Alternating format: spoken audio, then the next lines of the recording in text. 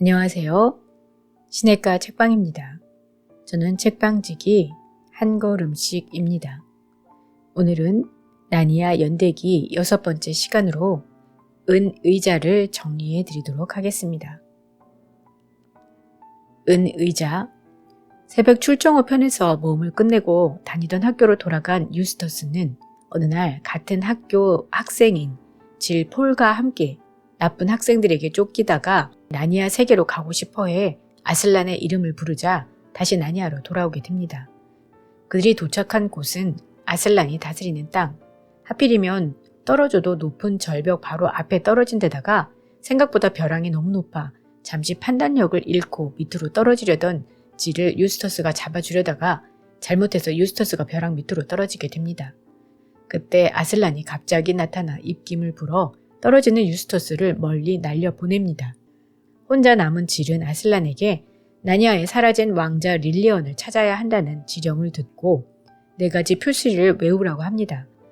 첫째, 유스터스는 나니아에 들어서자마자 옳은 친구를 만날 것이고 그러는 즉시 그 친구에게 인사를 하면 큰 도움을 받을 것이다. 둘째, 나니아에서 벗어나 고대 거인들이 살던 페어의 도시에 닿을 때까지 북쪽으로 여행을 해야 한다. 셋째, 그 페어의 도시에서 돌에 새겨진 글을 발견하면 그 글이 시키는 대로 해야 한다. 넷째, 왕자를 찾게 되면 아슬란의 이름으로 무언가를 부탁하는 것으로 왕자임을 확인할 수 있다고 했습니다. 이 4표시를 날마다 기억하며 늘 기억하고 있으라고 했습니다. 그곳에 가면 혼란스러워질 수 있으니 각별히 주의하라고 말해줍니다. 표시들을 기억하고 표시들을 믿어야 한다고 했습니다. 그리곤 아까 날아간 유스터스와 같은 방식으로 아슬란의 입김을 타고 나니아로 갑니다. 유스터스와 질이 도착한 나니아에서는 늙은 왕 캐스피언 10세가 다시 한번 항해를 떠나는 중이었습니다. 유스터스의 세계에서는 새벽 출정 후 모험 이후 시간이 별로 지나지 않았지만 나니아에서는 오랜 시간이 흘렀던 것입니다. 유스터스는 늙은 왕이 옛 친구인 것을 뒤늦게 알고 놀랍니다. 여행을 떠난 캐스피언 대신 늙은 난쟁이 트럼프킨이 나라를 맡게 됐는데 그는 유스터스와 질이 다른 세계로부터 도착했다는 것을 듣고 일단 케어 페르벨 성의 방을 내줍니다. 그날 밤 질의 방으로 부엉이들이 찾아와 유스터스와 질을 부엉이 회의에 데리고 갑니다. 회의에서 부엉이들은 유스터스 일행이 자신들의 목적을 트럼프킨에게 알려주지 않고 지금 출발해야 된다고 주장합니다. 트럼프킨은 좋은 섭정이긴 하지만 너무 늙고 보수적이라 유스터스 일행의 모험을 허락할 리가 없다는 것입니다. 이미 많은 사람들이 릴리언 왕자를 찾으러 떠났고 모두 돌아오지 못해 더 이상 왕자를 찾으러 가면 안 된다는 금지령이 있기 때문입니다. 하지만 유스터스와 질은 아슬란이 보낸 사람이고 이번에는 트럼프킨도 모험을 막으면 안 된다는 것이 부엉이들의 생각이었습니다. 이 자리에서 질과 유스터스는 릴리언 왕자의 실종 이야기를 듣게 됩니다. 릴리언 왕자의 어머니가 소풍을 나갔다가 뱀에 물려 사망했고 왕자는 그 뱀에게 복수한다고 매일 소풍 장소로 나갔다고 합니다. 그런데 알고 보니 그동안 그곳에서 뱀을 찾아 헤맨 것이 아니라 초록 옷의 여인을 만났고 그녀에게 홀려 어느 날 북쪽으로 사라졌다는 것입니다. 유스터스 일행은 부엉이들의 도움을 받아 북쪽 지리를 잘 아는 퍼들글럼을 일행으로 얻게 됩니다. 그는 마슈 위글족으로 팔다리가 긴 반개구리 인간입니다. 일행은 북쪽으로 떠나 질이 아슬란에게서 들은 4가지 단서를 바탕으로 왕자를 찾습니다. 일행은 북쪽 황무지인 에틴스 무어를 여행하면서 돌을 던져대는 거인을 만나는 등 온갖 고초를 겪습니다. 특히 질은 모험은 까맣게 잊고 너무 지친 나머지 매일 밤 외우던 아슬란의 단서를 반복하는 일도 그만둬 버립니다.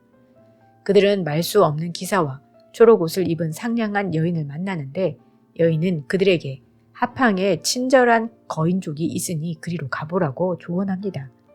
퍼들글럼은 옆길로 새면 안 된다고 반대하지만 추위와 배고픔에 지쳐 결국 거인들에게로 가기로 결정합니다. 그곳의 거인들은 3명에게 좋은 방과 음식을 제공하며 쉬다 가라고 권합니다. 따뜻한 잠자리와 맛있는 음식에 기뻐하는 것도 잠시. 다음날 그들은 창문 밖으로 보이는 바위에 새겨진 내 아래라는 거대한 글자를 발견합니다. 그리고 자기들이 지나왔던 곳이 바로 아슬란이 말했던 거인족의 옛 도시 폐허라는 것도 알게 됩니다. 일행이 표지를 놓친 것을 알고 하팡을 떠나 그곳으로 가려고 하던 찰나 거인들의 요리책에서 인간과 마쇼윅을 요리하는 법에 대한 페이지를 보게 되고 거인들이 자신을 환대한 것이 아니라 가을 축제 때 잡아먹으려고 잘해줬던 거라는 사실을 깨닫습니다. 왕과 왕비 등 거인들이 모두 사냥을 떠났을 때를 이용해 겨우 거인족에게서 도망을 칩니다. 쫓기다가 엉겹결에 내 아래 글자 밑으로 뛰어든 일행은 지하로 떨어져 지하 세계의 사람들을 만나게 됩니다. 어딘지 축 처 보이는 그 사람들은 여왕님이 그들에게 처분을 맡기겠다며 그들을 성으로 데리고 갑니다. 그 성에는 여왕님은 없고 일행이 하팡으로 가기 전에 만났던 그 조용한 기사가 있었습니다. 알고 보니 여왕님은 그들이 만났던 여인이었던 것입니다. 일행은 이 여자가 자신들을 거인들에게 안내해 먹잇감으로 줬다는 사실에 치를 떨지만 기사는 여왕은 잘못이 없다며 적반하장으로 나옵니다.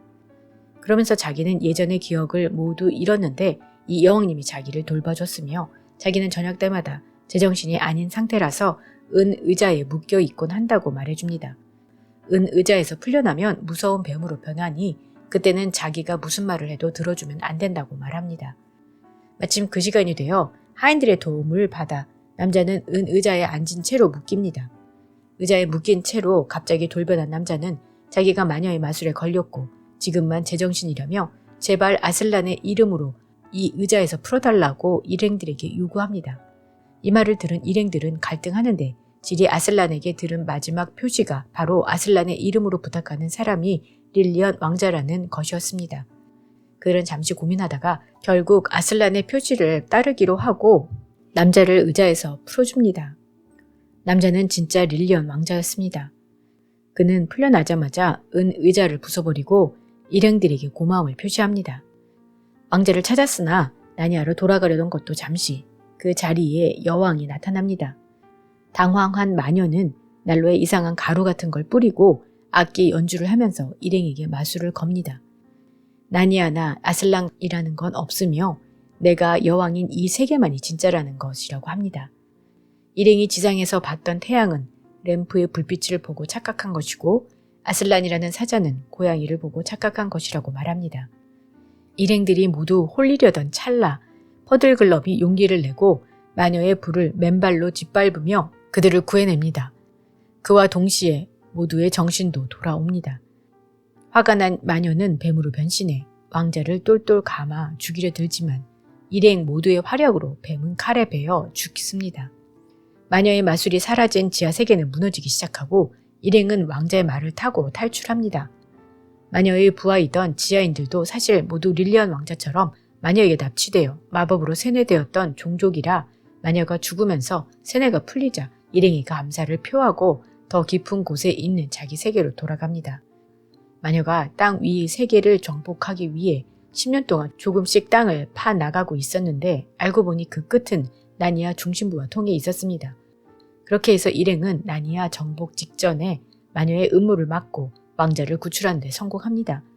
릴리언 왕자는 늙은 캐스피언과 제외하나 직후 캐스피언은 숨을 거둡니다. 발을 불에 대었던 퍼들글럼은 나니아에서 치료를 받고 유스터스와 질은 모두 왕의 죽음을 슬퍼하는 가운데 찾아온 아슬란을 만난 후 첫 출발 장소인 아슬란의 산으로 돌아옵니다. 아슬란은 그들을 어느 강가로 인도하는데 거기에는 방금 죽은 캐스피언 10세가 있었습니다. 아슬란이 그를 살려내어 다시 유스터스와 재회합니다.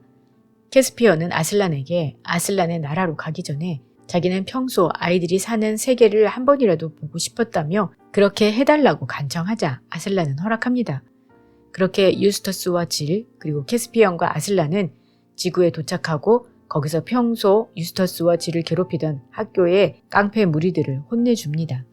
그 후에 그들을 목격한 교장 선생님은 서커스 사자가 탈출했고 무장 괴한들이 벽을 부수고 칼을 휘두르고 있다며 소란을 떨며 경찰에 신고합니다.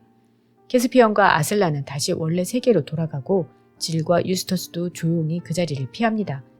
잠시 후 학교에 도착한 경찰들은 부서진 벽도 없고 칼을 든 괴한들도 사자도 없는데 소동을 피우는 교장 선생님의 모습을 보고는 수상히 여겨서 온갖 조사를 벌이고 그 조사에서 그동안 실험 학교에서 일어난 온갖 일들이 낱낱이 밝혀졌고 학교의 나쁜 무리들은 퇴학을 당하고 교장 선생님은 해임됩니다.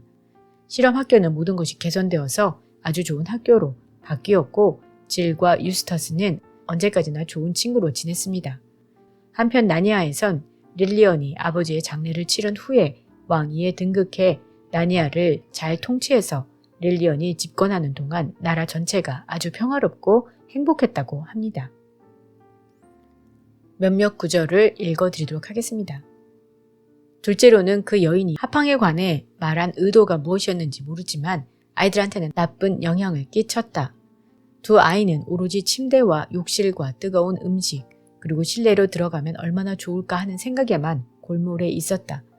이제는 아슬란이나 심지어는 잃어버린 왕자에 관해서도 아무런 말이 없었고 질은 매일 아침 저녁으로 표시들을 혼자 암기하던 버릇마저 내던져 버렸다. 처음 며칠 동안은 너무 피곤해서 그렇다고 스스로에게 변명했지만 얼마 안 가서 그 모든 것을 까맣게 잊어버리고 말았다. 하팡에 가서 보낼 유쾌한 시간을 상상하면 더 즐거울 것이라고 생각하겠지만 실제로 아이들은 더 비참함을 느꼈으며 서로에게 그리고 퍼들글럼에게 더 심술맞고 쌀쌀하게 대했다. 이제 그것은 말이 아니라 그 말만큼이나 커다란 사자로 변해 있었다. 또한 그것은 장난감 사자가 아니라 진짜 사자였고 세계의 끝 너머 산에서 보았던 바로 그 진짜 사자였다. 그리고 온갖 달콤한 냄새가 방 안을 가득 채웠다. 하지만 질은 마음이 불편했다. 뭐 때문인지는 알 수 없었지만 눈물이 질의 뺨을 타고 내려와 베개를 적셨다. 사자는 질에게 표시를 외워보라고 했다. 그 순간 질은 표시를 죄다 잊어버렸다는 사실을 깨닫고 엄청난 두려움에 휩싸였다.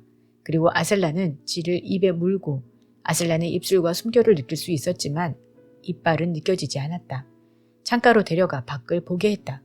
달빛이 환하게 비치는 가운데 세계인지 하늘인지 모를 곳에 내 아래라는 큰 글씨가 적혀 있었다.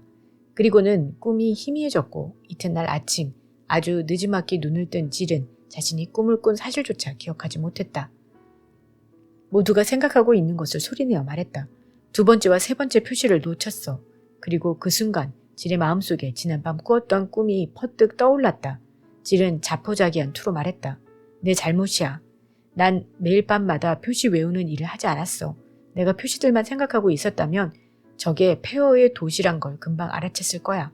아무리 심한 눈보라가 몰아쳤다고 해도 말이야. 그러자 퍼들글럼이 말했다. 내가 더 잘못했어. 난 봤지. 아니 거의 본 거나 마찬가지야. 이상하게도 폐허의 도시와 비슷해 보인다고 생각했으니까. 앞에는 여전히 칠흑 같은 어둠뿐이었다. 얼마나 여러 번 잠에서 깨었다가 다시 잠이 들고 먹고 또다시 잠이 들었는지 세 사람 중 아무도 기억하지 못했다. 그리고 그들이 느낀 최악의 사실은 항상 그 배와 그 어둠 속에 살았던 것처럼 익숙해지면서 태양과 푸른 하늘과 바람과 새들이 모두 꿈이 아니었던가 싶어진 점이었다. 새 여행자가 희망이나 두려움을 거의 포기해버렸을 때쯤 마침내 앞쪽에서 빛이 보였다. 유스터스와 질에게는 이 말이 등에 찬물을 끼얹는 것과 같았다.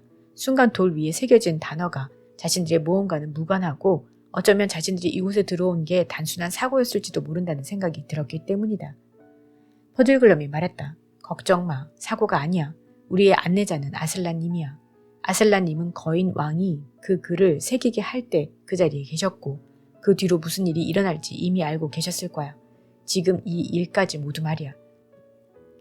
마녀는 계속해서 줄을 퉁기며 말했다. 그래, 그건 모두 꿈이야. 네, 모두 꿈이에요. 그런 세계는 아예 없었어. 그러자 질과 유스터스가 같이 대답했다. 네, 그런 세계는 아예 없었어요. 내 세계 말고는 어떤 세계도 없어. 질과 유스터스가 말했다. 당신의 세계 말고는 어떤 세계도 없어요. 자, 다들 유치한 장난은 이제 그만 집어치우세요. 진짜 세계에서 여러분 모두에게 할 일을 드리겠어요. 거기에는 나니아도 없고 지상 세계도 없고 하늘도 태양도 아슬란도 없어요. 자, 모두 잠자리에 드세요. 그리고 내일부터는 좀 더 현명한 생활을 시작해요. 하지만 먼저 침대로 가세요. 잠을 자기 위해 깊은 잠, 부드러운 베개, 어리석은 꿈이 없는 잠. 왕자와 두 아이는 뺨이 불그스레해지고 눈이 반쯤 감긴 채 고개를 떨구고 서 있었다. 모두들 몸에서는 힘이 다 빠져나갔다. 그러나 퍼들글럼 역시 불에 대면 굉장히 아프리란 사실을 알고 있었고 실제로 굉장히 아팠다. 퍼들글럼이 맨발로 불길을 마구 짓밟아 버려 타고 있던 불이 대부분 날로 바닥 위에서 잿가루로 변해버렸다. 그 순간 세 가지 일이 동시에 일어났다. 첫째, 달콤하고 강렬한 냄새가 많이 가셨다. 불이 완전히 꺼진 것은 아니었지만 제법 많이 사그러졌다. 남은 냄새는 마법의 힘이 전혀 없는 마슈 위글의 살이 타는 냄새뿐이었다. 그러자 모두들 머리가 한결 맑아졌다. 왕자와 아이들은 다시 고개를 들고 눈을 떴다. 둘째, 마녀는 이제까지의 달콤한 어투와는 완전히 다른 소름 끼치는 무시무시한 목소리로 방이 떠나갈 듯 외쳤다. 뭐하는 게냐? 내 불을 다시 한번 건드리면 더러운 진흙 같은 녀석, 내 몸속의 피를 몽땅 불로 바꿔놓겠다. 셋째, 퍼들글럼은 스스로 겪은 고통으로 머리가 완전히 맑아졌고 자신이 처음부터 생각하던 것들을 기억하게 되었다. 특정한 종류의 마법을 푸는 데는 고통의 충격만한 것이 없었다. 아이들은 커다란 희망으로 마음이 부풀었다. 그러나 아슬란은 그 덥수룩한 머리를 흔들었다. 아니다. 나의 사랑하는 아이들아. 너희가 여기서 나를 다시 만나게 될 때는 모두 여기에 머무르게 될 것이니라. 그러나 지금은 아니다. 잠시 동안 너희 세계로 다시 돌아가야 한다. 네, 오늘은 나니아 연대기 6번째 시간으로 의자를 정리해드리고 몇몇 구절을 읽어드렸습니다. 다음 시간은 나니아 연대기의 마지막 시간으로 마지막 전투를 정리해드리도록 하겠습니다. 그럼 다음 시간에 뵐게요. 안녕히 계세요.